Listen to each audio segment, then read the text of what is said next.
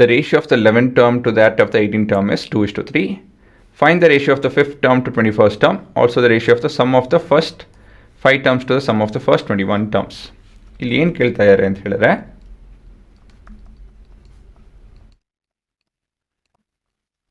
ಮೊದಲನೇದಾಗಿ ಏನು ಕೊಟ್ಟಿದ್ದಾರೆ ಅಂತ ಹೇಳಿದ್ರೆ 11/18 ಕೊಟ್ಟಿದ್ದಾರೆ 2/3 ಅಂತ ಹೇಳಿ. ಅದೇ ಥರ ನಾವು A5 ಮತ್ತು A21 ಟರ್ಮ್ನ ಡಿವೈಡ್ ಮಾಡ್ತು ಅಂತ ಹೇಳಿದ್ರೆ ಏನು ರೇಷಿಯೋ ಬರುತ್ತೆ. Then sum of first 5 terms S5 ಮತ್ತು S21 ರೇಷಿಯೋ ಏನು ಬರುತ್ತೆ ಅಂತ ಹೇಳಿ ಕೇಳ್ತಾ ಇದ್ದಾರೆ ಅಲ್ವಾ. ಸೊ ಇಲ್ಲಿ ಎಂಥ ಫಾರ್ಮುಲಾ ಉಪಯೋಗಿಸ್ಬೇಕು. AN ಇಸ್ ಈಕ್ವಲ್ ಟು ಆ ಲೈನಲ್ಲಿ ಬರೀತೀನಿ.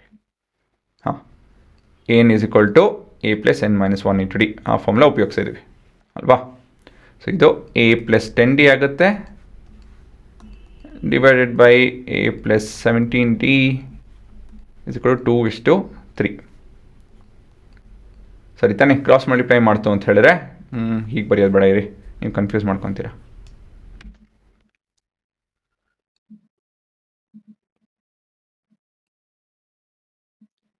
ಹ್ಞೂ 2/3 ಇವಾಗ ಕ್ರಾಸ್ ಮಲ್ಟಿಪ್ಲೈ ಮಾಡೋದಾಯ್ತು ಅಂತ ಹೇಳಿದ್ರೆ 3 times of A is 3A plus 30D is equal to 2A plus 34D ಆಗುತ್ತಿದ್ದು ಅಲ್ವಾ.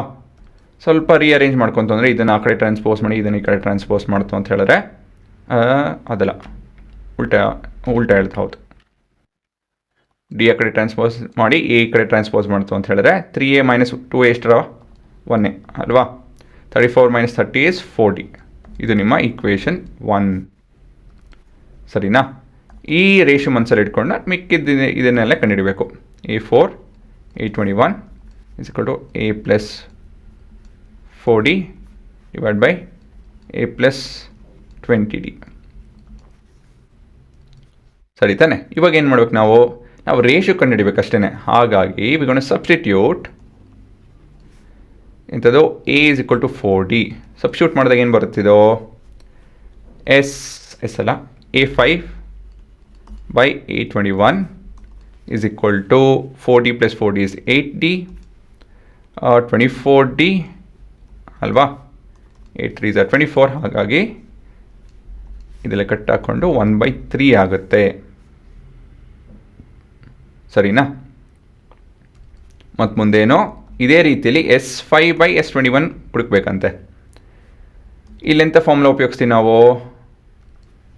SN ಫಾರ್ಮುಲಾ ಉಪಯೋಗಿಸ್ತಿದ್ದೀವಿ which is equal to N/2 into 2A plus N - 1 into D ಅಲ್ವಾ. ಇಲ್ಲಿ ನ್ಯೂಮರೇಟರಲ್ಲಿ 5 divide by 2 into 2A plus 4D ಆಗುತ್ತಿದ್ದು.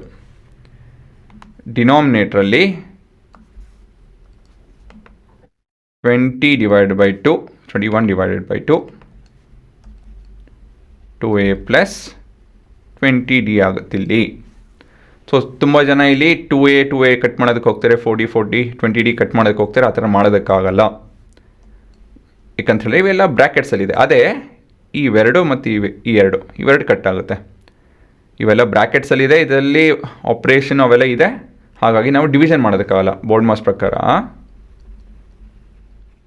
Brackets ಒಳಗಡೆ ಇರೋವಂಥದ್ದು solve ಮಾಡ್ಕೊಂಡು ಬೇರೆ ಎಲ್ಲ ಮಾಡ್ಕೊಬೇಕು ನಾವು.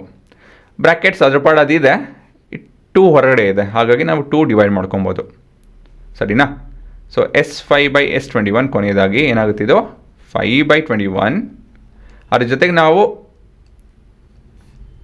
ಈ 2A ಬದಲಾಗಿ 4D A ಬದಲಾಗಿ 4D ಆಗ್ತು ಅಂತ ಹೇಳಿದ್ರೆ ಇದೇನಾಗುತ್ತೆ ಅಂತ ಹೇಳಿ ನೋಡಬೇಕಾಗುತ್ತೆ ನಾವು ಸರಿನಾ. So that would be 8D plus 4D divide by ಇದು ಕೂಡ 8D plus 20D. On substituting A is equal to 4D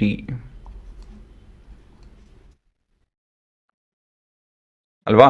so ಇದೇನಾಗುತ್ತಿದೆ ಇವಾಗ S5 by S21 is equal to 5 times of 12D divided by 21 28D. So D and D gets cancelled. 12 ones are 12. 12 ಅಲ್ಲ 3 okay 3 ಹೋಗು 3 4 3 7 ಇದಾಗುತ್ತೆ ಅಲ್ವಾ. So 4 ಮತ್ತು ಕೊನೆಯದಾಗಿ S5/S21 is equal to 5/49. ಇದೇ ನಿಮ್ಮ ಉತ್ತರ. ಕೊನೆಯದಾಗಿ ಒಂದು ಸಮ್ಮರೈಸ್ ಮಾಡೋಣ. Ratio of A5 to A21 is 1/3. ಈ ಥರ ನೋಡಿಸಿದಾಗ ಯಾರೇ ಮೇಷ್ಟ್ರು ನಿಮ್ಮ ಪೇಪರ್ ಕರೆಕ್ಟ್ ಮಾಡಬೇಕಾದ್ರೆ ಅವ್ರಿಗೆ ಸುಲಭ ಆಗುತ್ತೆ. ಸೊ ಹಿಂಗೆ ಬರೆದ್ಬಿಡಿ ಒಂದು ಸತಿ ಕೊನೆಯದಾಗಿ ಅಲ್ವಾ.